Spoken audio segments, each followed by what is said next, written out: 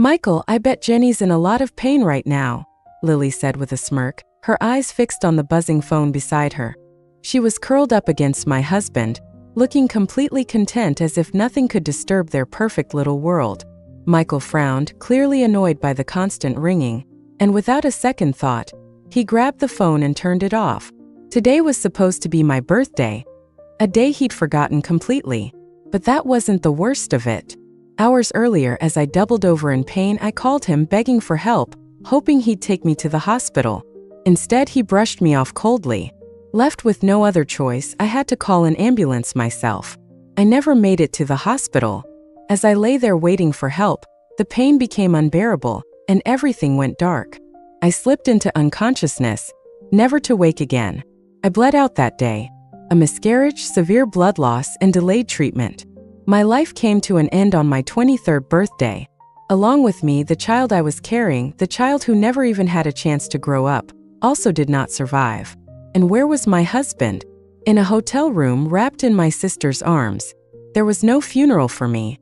Instead of mourning, they tossed my ashes into a filthy gutter. 2 weeks later, Michael used the life insurance payout to throw a grand wedding, marrying Lily in the kind of ceremony I could have only dreamed of. That pathetic woman was doomed from the start, Lily sneered. Her only smart move was buying a life insurance policy. "Lily dear, you're the lucky one," my foster mother chimed in, beaming with pride. "You finally got what you wanted, marrying Michael." At the wedding, she wore a smile that was so wide, so happy. "Thank you, Mom," Lily said, grinning. "We couldn't have done it without you.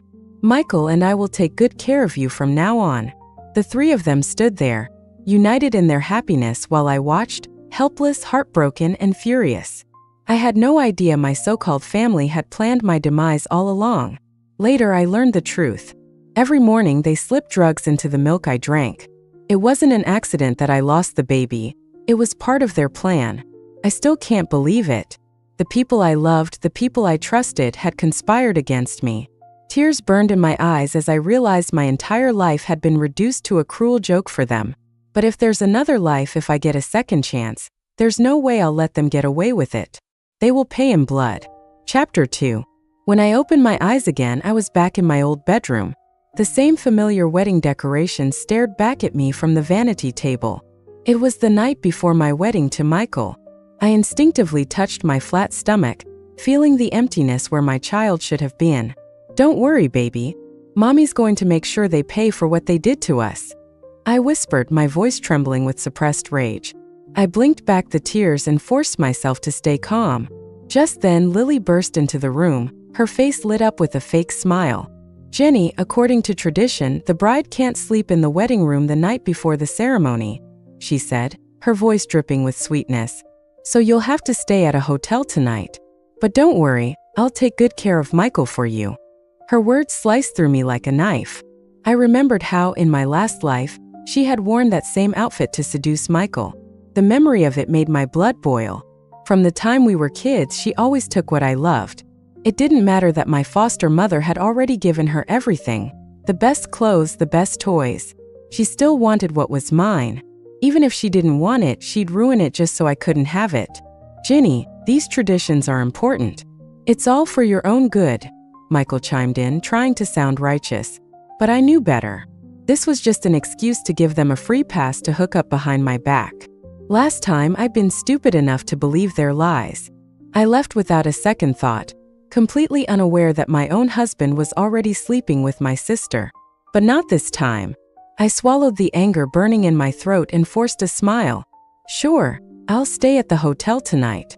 Let them think I was still the same gullible girl. I'd give them all the space they needed to play out their little affair. After all, if fate had given me a second chance, I wasn't about to waste it." Before leaving, I made sure to leave a little surprise behind. I tucked it away in a hidden corner of the vanity, where they wouldn't notice it until it was too late.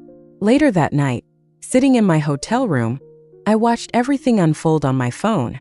Michael and Lily were in the middle of their little rendezvous, completely oblivious to the fact that they were being watched. But I wasn't the only one watching. I'd made a quick call earlier, reporting some suspicious activity in a certain apartment. Just as things were heating up, the door burst open and several officers stormed the room. The look on their faces was priceless. Chapter 3. The scene was beyond awkward. Michael and Lily, still tangled in the sheets, had no time to react before the police barged in and slapped handcuffs on them. When questioned, they stuttered and stumbled over their words, too embarrassed to give any real explanation. And if that wasn't bad enough, the wedding photo of me and Michael hanging on the wall said it all. The police officer took one glance at it and then at Lily, a woman who clearly wasn't the bride. "Seriously, dude?" one of the officers muttered, shaking his head. "You've got some nerve. Just got married and already messing around." Watching the live feed from my phone, I couldn't help but grin. I wanted to high-five the guy for calling him out. Lily was shaking like a leaf, her lips trembling as she tried to come up with some excuse. Michael, on the other hand, stood there in silence, his head hung low, too ashamed to meet anyone's gaze. I have to admit, watching them get caught like this was so much more satisfying than confronting them myself. Now they were the ones squirming. They couldn't hide, couldn't lie their way out of it. It was all out in the open. Eventually, the police hauled them away, and I casually locked my phone. Not my problem. Let them figure out how to get themselves out of this mess. I wasn't about to answer any late-night calls begging me to bail them out. Funny how, in my previous life, Lily's pregnancy timeline had lined up so closely with mine. Now I knew why. It all started that night, my supposed wedding eve, right in the room I had painstakingly decorated for my big day. "Michael, tell me, who do you love more? Me or my sister?" Lily had probably teased him just like that, pretending to be coy. "Please, it's you, obviously," Michael had replied without missing a beat. "Your sister's got nothing going for her, no body and those scars? God, every time I look at her I want to throw up. And her face? Don't even get me started," he'd added with a sneer. "She's got nothing on you." I smiled coldly, running my fingers over the scars on my arms. Scars that had been with me for years, marking the pain I'd endured. The reminders of everything I'd been through. But I wasn't that broken girl anymore. I saved the video, every last second of their little performance. It would come in handy later when it was time to settle the score. The more they enjoyed themselves now, the harder they'd fall. This was just the first act in a much bigger play. After all, I wasn't back for mercy. I was back for revenge. Chapter 4. I made sure to return home early on the morning of my wedding. Unsurprisingly, neither Michael nor Lily had come back yet. Perfect. I used the opportunity to hide anything valuable in the house, including the dowry I'd stupidly handed over in my past life. Back then, I'd been so blinded by love that I had willingly drained my savings to marry a man who had nothing. I paid for the wedding, the house, and all of it, thinking it was for us. But really it was all for him. And what did I get in return? Betrayal. Even after my passing, he didn't stop. He had my ashes tossed into a gutter as if I meant nothing, like I was a piece of trash. Classic case of being the farmer who took in a snake and I sure got bit. But this time around, I wasn't about to make the same mistake. Michael and Lily could rot in the mess they'd made. Let them deal with each other. I was just finishing up when I heard the front door creak open. Seconds later, voices floated in from the hallway. I stayed quiet, listening. "Just be careful," my foster mother was saying, her voice low. "Make sure that girl has no idea what's going on." I smirked and stepped out into the hallway. "Oh? And what exactly is it I'm not supposed to know?" They froze like deer caught in headlights. None of them could look me in the eye. I had to bite back a laugh. The memory of last night's disaster was still fresh in my mind, and their expressions now were priceless. How could I not find this hilarious? "And nothing," Michael stammered, rushing over to take my hand. I shook him off, barely able to hide my disgust. "Where were you guys this morning? And why was the door left wide open?" I asked, pretending to sound annoyed. What if someone broke in? Then, as if I just remembered something, I gasped dramatically. "Oh no, the money and the gold jewelry Michael bought for me, it's all gone." They all rushed into the bedroom, only to find it in total chaos. I had turned the place upside down earlier, making it look like a robbery had taken place. "We should call the police," I suggested, pulling out my phone. "That was a lot of money. They'll definitely want to investigate." Michael nearly jumped out of his skin, grabbing my arm to stop me. "No, it's our wedding day. Calling the police would ruin the celebration." It's bad luck." He shot a glance at my foster mother, who immediately caught on and started backing him up. "Yeah, there's no need to bring the police into this. Just a little money. We don't want to curse the marriage." "Little money?" I raised an eyebrow. "That was $50,000, Mom. You said that was my dowry." Lily, not grasping the situation yet, chimed in, clearly annoyed. "Yeah, and you promised that money would be for my sister. We can't just let it go." She whipped out her phone, ready to dial the police. Chapter 5. Smack. I said no cops. Are you deaf or just plain stupid? My foster mother's voice was harsh, her patience long gone. Before Lily even had a chance to react, my foster mother's hand came down hard across her face. "Mom, why?" Lily gasped, clutching her cheek in shock, her eyes wide with disbelief. Honestly, I wasn't surprised. Growing up, I'd been on the receiving end of those slaps more times than I could count. But watching Lily get one, I'd be lying if I said it didn't bring me a bit of satisfaction. "Get out of here," my foster mother snapped, pointing to the door. "Nobody's calling the police today.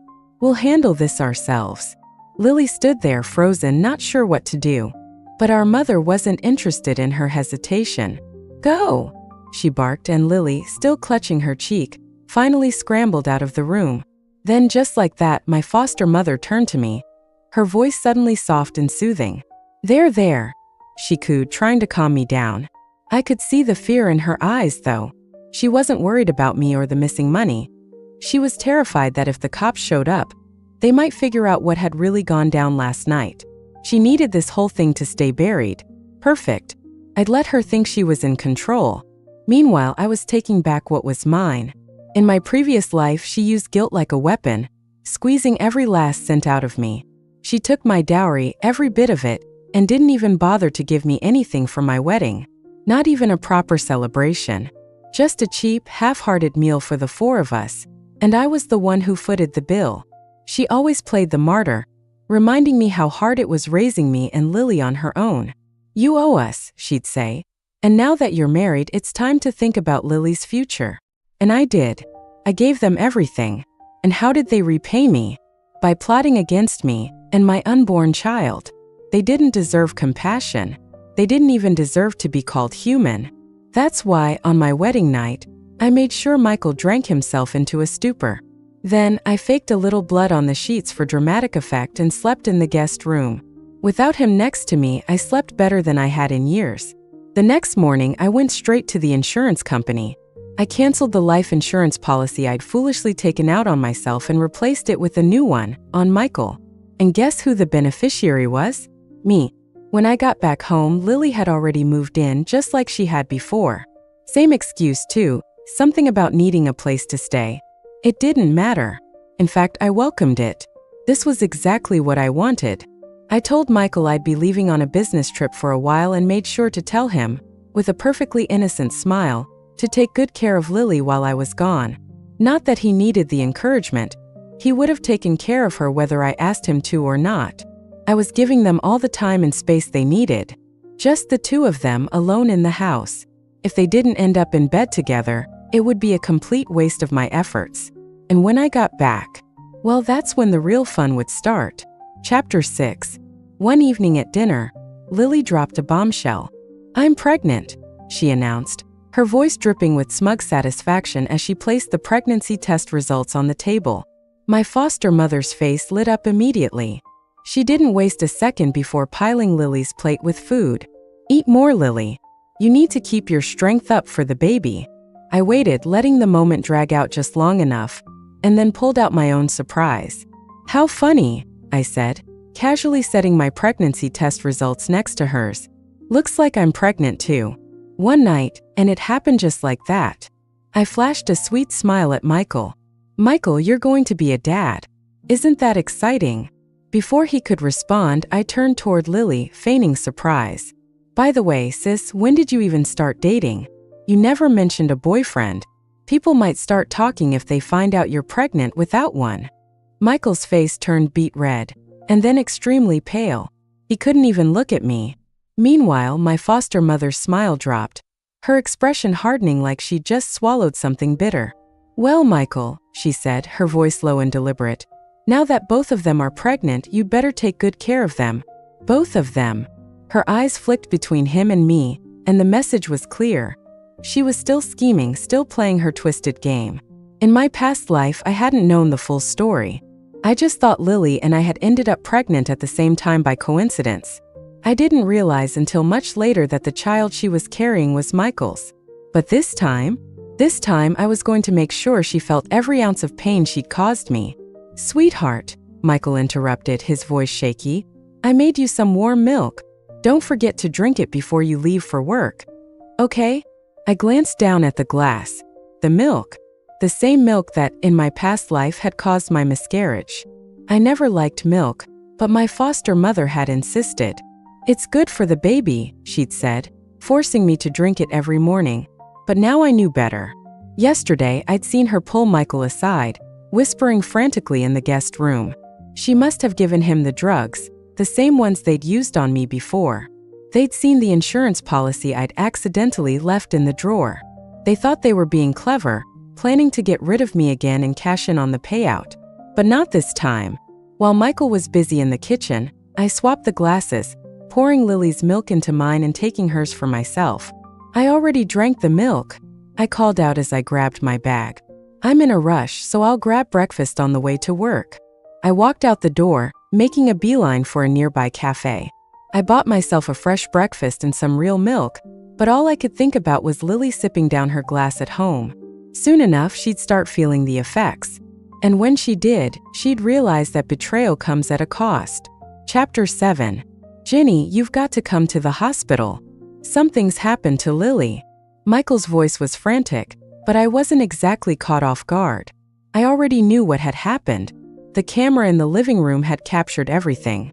Just a few hours ago, Michael had been reassuring her, all confident and cocky. It's fine. You're only a few weeks along. Nothing's going to happen. Famous last words. It wasn't long before Lily started bleeding profusely.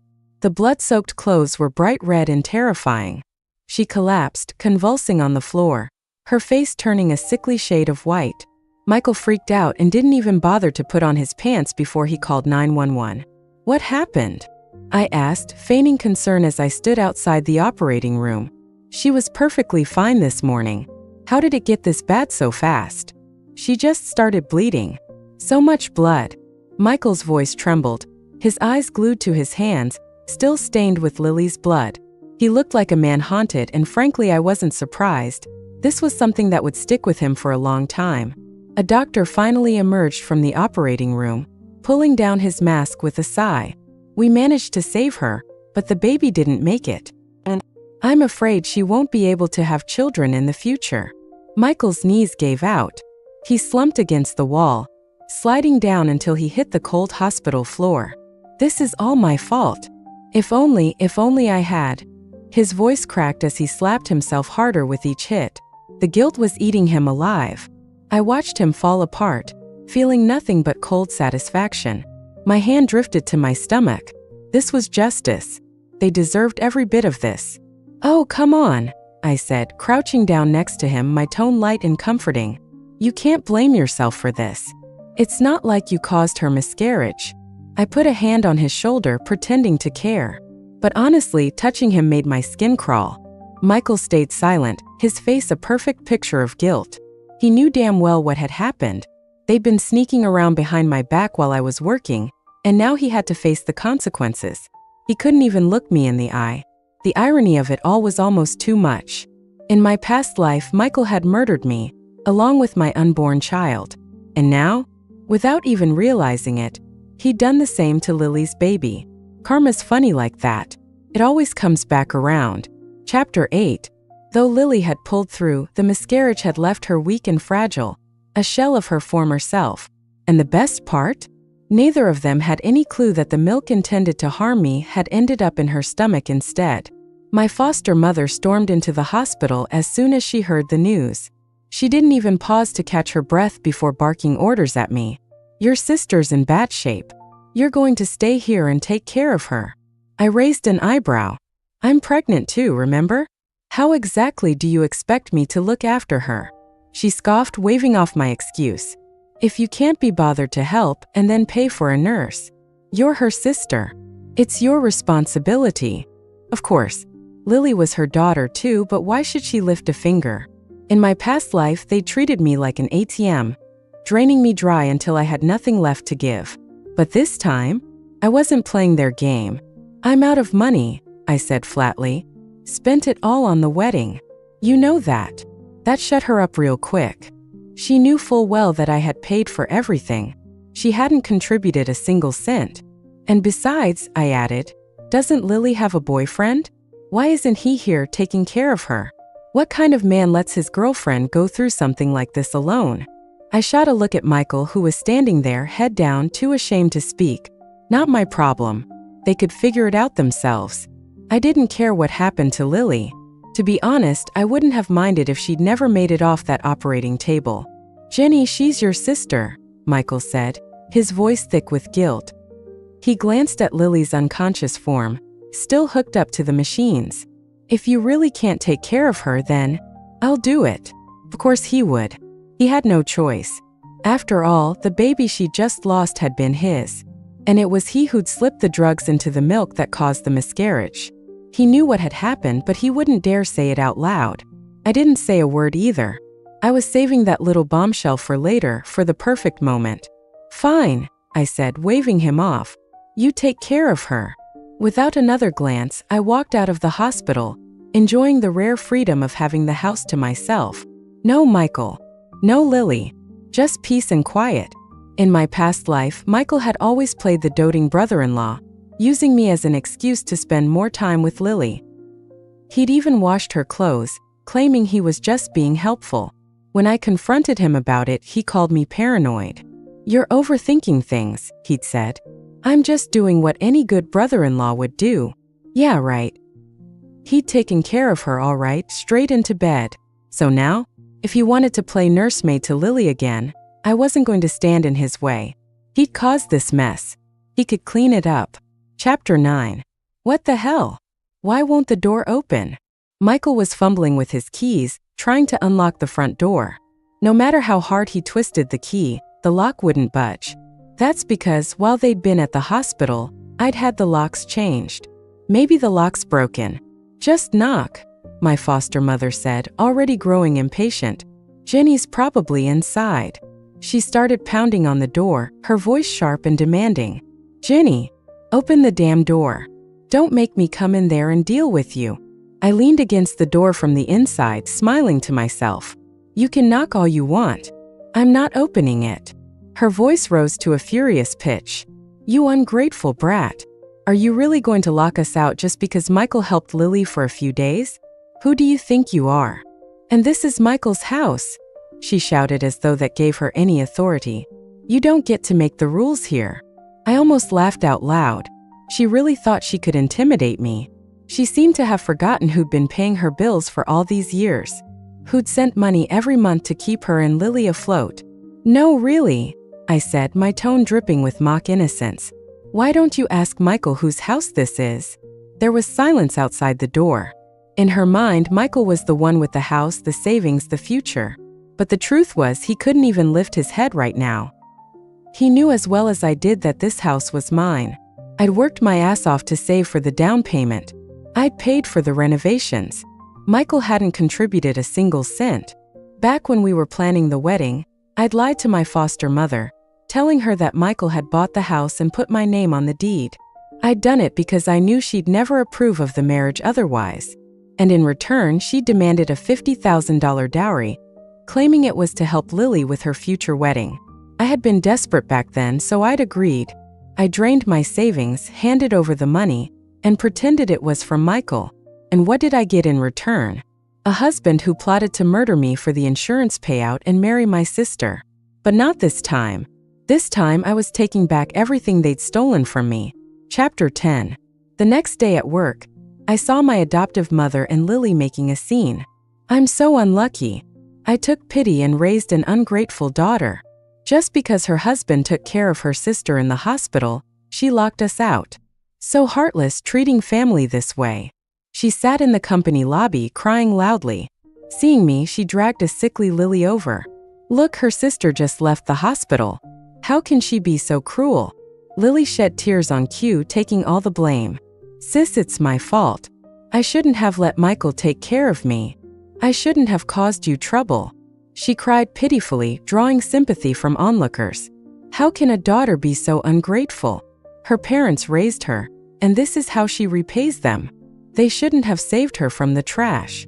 Unaware of the truth, people took their side, thinking I was heartless. She's my adopted daughter. Please help us get justice. My adoptive mother clung to my pants, determined to embarrass me. I looked around at familiar faces, seeing disbelief. At work, I was kind and approachable. They couldn't believe I was the ungrateful daughter my adoptive mother described. Chapter 11. My adoptive mother is right. She does have an ungrateful daughter. I pointed at Lily. But that daughter is her, not me. Silence fell. My adoptive mother stared at me in shock. You're lying. Lily is my good daughter. You're the ungrateful one. I leaned close, smiling, and played a video on my phone for her. Give me that phone. Enraged, she tried to grab my phone, but I quickly pulled it away. I turned up the volume, and the company lobby was soon filled with the embarrassing sounds from the video. Michael, who do you like more, my sister or me? Of course it's you. She has no figure and is covered in disgusting scars. She makes me want to puke. Besides, she has no looks to speak of. How can she compare to you? The explicit conversation between Lily and Michael caused an uproar among the onlookers. I held up my phone, letting everyone see the video. They immediately recognized Lily. Wow, she's got a great figure, but she's sleeping with her sister's husband. A man commented, and everyone else cast scornful glances at Lily. Stop looking. You can't watch this. Lily snapped out of her shock and rushed to grab my phone, but it was too late. Everyone had seen enough. Adoptive mother, you should see this clearly. The ungrateful daughter is Lily, not me. I let her stay in my house, and she repaid me by seducing my husband. She even got pregnant by him. Now she thinks I'm being petty. Does she deserve any sympathy? My adoptive mother was stunned, realizing I knew everything. But it wasn't over. I wouldn't let them off so easily. Chapter 12. People say those who take from others should be grateful, but you, adoptive mother, are different. You take everything without remorse. She had called me ungrateful, but now I'd show everyone who the real ingrate was. You ungrateful girl, how dare you accuse me of that? I pulled out a thick stack of documents, handing them to the onlookers. These were the records of the money I had sent them over the years, including all the extra money they demanded for holidays and other occasions. Isn't it true? You made me do all the chores, and if I didn't do them well, you'd beat me with sticks or chairs.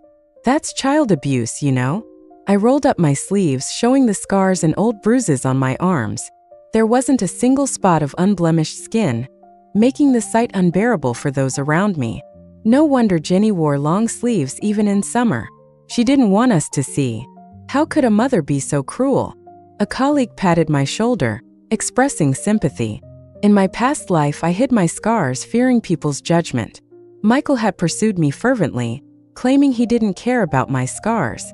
I was touched and accepted his advances, only to find out after my death how much he despised them. You ungrateful girl. I took you in, fed you, and you accused me of abuse. My adoptive mother got up, pointing at me in anger. Shall I ask the neighbors back home to testify about how you abused me? You. She turned purple with rage, dragging Lily away. She feared I would expose her further. Now everyone knew who the real ingrate was. She had shouted thief to hide her own guilt. Since she had caused a scene at my workplace, I'd send her a gift at her hospital. An eye for an eye. Chapter 13. Not long after, good news came from the hospital. My adoptive mother had been fired. I had sent an anonymous letter to the hospital, reporting her for stealing prescription drugs, specifically mifepristone. This drug wasn't available in pharmacies, only in hospitals. She had stolen it to mix into my milk, causing my miscarriage. Their plan was for Michael to divorce me and marry Lily after my miscarriage. Since a man couldn't file for divorce during his wife's pregnancy, they came up with this vile plan. But they didn't know that Lily had drunk the drugged milk instead. The three of them had conspired together, but their plan backfired. Ginny, we were wrong. Please, in the name of the 20 years I raised you, let us stay. Homeless, my adoptive mother and Lily came to my door, pleading. They could work to support themselves, but they chose to leech off me. Lily, who had dropped out of high school, never worked, spending her days on her phone and nights out with shady people. She only behaved when she moved in with me, having no friends in the area. Then she set her sights on my husband, using her looks to seduce him. Now, because of him, she could never have children. It served her right. Sorry, I'm petty and unforgiving. I can't overlook your misdeeds. Go find Michael. Maybe he'll take you in. Hearing this, my adoptive mother dropped her act and started banging on my door. Ungrateful girl, don't go too far. Was this too far? If she thought this was too far, I'd show her what going too far really meant. I called the police, reporting them for disturbing the peace and damaging my property. Within 3 minutes, the police arrived and removed them. The response time was impressively quick. Chapter 14. Ever since I locked them out, Michael had been bombarding me with messages and calls. At first, he angrily accused me of being petty and jealous of his care for Lily. He claimed he was helping Lily for my sake. When I ignored him, he switched to begging for forgiveness. Ginny, I'm sorry. It was Lily who seduced me. I'm sorry. I promise I'll never make the same mistake again. Please forgive me. I saved his messages for future use. Michael likely realized their affair was exposed and was now desperate for my forgiveness. At first, he waited outside my office every morning. I informed the security guards about the situation. The guards, feeling sorry for me, chased him away each time he appeared. When he stopped coming to my office, he started waiting outside my home, hoping I would give him another chance. Seeing him on the doorbell camera, I chose to stay at a hotel rather than deal with him. A man like Michael, who could harm his own child, didn't deserve another chance. I quickly prepared the divorce papers and gathered evidence of his infidelity. Ginny, are you forgiving me? I knew you still loved me. Love you? Never. I called him, suppressing my urge to tear him apart. He was shameless. I must have been blind in my past life to choose him. Come home tomorrow. We need to talk. He eagerly agreed, thinking I couldn't let him go. Little did he know he was in for a surprise. Chapter 15. Ginny, I missed you. These flowers are for you. Michael greeted me with a smile, holding a bouquet of red roses. This was the first time he had ever bought me flowers. Even during our courtship, he never bought me any. I paid for the wedding flowers myself. Now, trying to win me over, he bought flowers. I stepped back, looking at him coldly. Sign the papers on the table and get out. I never want to see you again. Papers. Seeing my cold attitude, Michael looked confused. But when he saw the divorce papers, his face darkened. Ginny, do we really need to divorce? I made a mistake, but all men do. Can't you give me another chance? Besides, you're pregnant with my child. Who would want you with a kid? Michael's expression twisted, revealing his true nature. He couldn't hide his anger anymore. Who I marry is none of your concern. A man like you doesn't deserve a second chance. In my past life, he killed me and my child, scattering our ashes in a drainage ditch. He didn't deserve forgiveness, and I didn't believe he would change. You want me to leave with nothing? No way. If I can't be happy, neither can you. You forced me to this. Michael stepped closer, his eyes filled with malice. You couldn't control yourself and you blame me? My words enraged him. He grabbed my neck, pinning me to the ground. Even in this new life, he wanted to kill me. Such scum didn't deserve forgiveness. Help! I screamed for help, and soon neighbors rushed in, pulling him off me. I had left the door open, anticipating such a situation. It was a weekend, so most neighbors were home and could help quickly. Michael was taken away by the police for assault. Before he left, I handed the police the remaining drugs he had hidden, explaining the situation. Seeing his shocked face, I gave him a small, satisfied smile. Such scum deserved to face the consequences of his actions. Chapter 16. Despite being arrested, Michael refused to divorce, claiming he cared for the child. He played the emotional card, but I wasn't really pregnant. I filed for divorce in court, submitting evidence of his infidelity. When Michael learned I wasn't pregnant, he was stunned. It was just a delayed period. The doctor made a mistake. I laughed while his face darkened. He had lost his last chance to turn things around. The court ruled in my favor, and he lost everything. On the day of the divorce, Michael was brought to the courthouse in handcuffs. The cold metal suited him perfectly. He had lost weight, looking gaunt and angry. From lovers to strangers, it all happened in a moment. When he tried to kill me, our fate was sealed.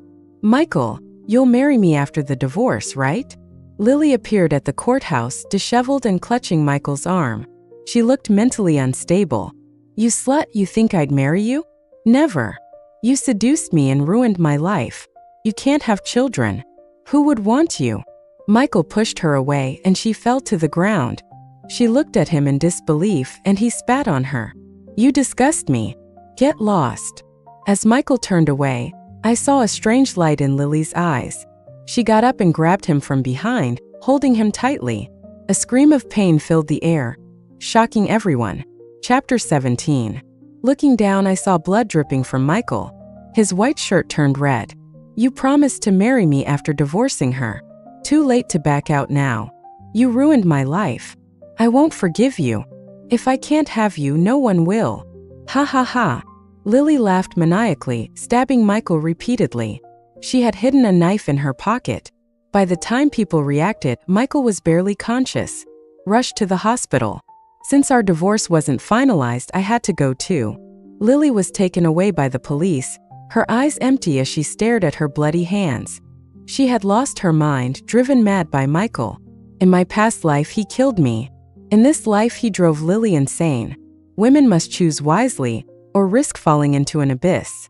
"Who's the patient's family?" A nurse called out urgently outside the operating room. "I am, but we're in the process of divorcing. You're still his wife and can sign for the surgery. But he has severe internal injuries and blood loss. Even if he survives, he may be paralyzed or in a coma. Consider if you want to proceed." Without hesitation, I signed the consent form. Chapter 18. But I signed to refuse treatment. This was a rare opportunity. Why waste resources on scum like him? Better to give him a quick death, preventing further harm. After signing, I contacted the crematorium to take his body. The same day, they cremated him, and I scattered his ashes in the same drainage ditch where he had thrown mine. This was for my unborn child, hoping they find a loving father in their next life. Goodbye, scum. Watching his ashes wash away, I felt a weight lift. With the insurance payout, I would live comfortably. He owed me this. He deserved his fate. Karma had come full circle. Lily learned about her infertility from me and had planned to confront Michael at the divorce. But her madness was unexpected. She would spend the rest of her life in prison, reflecting on her actions. But in her state, reflection seemed impossible. It didn't matter to me.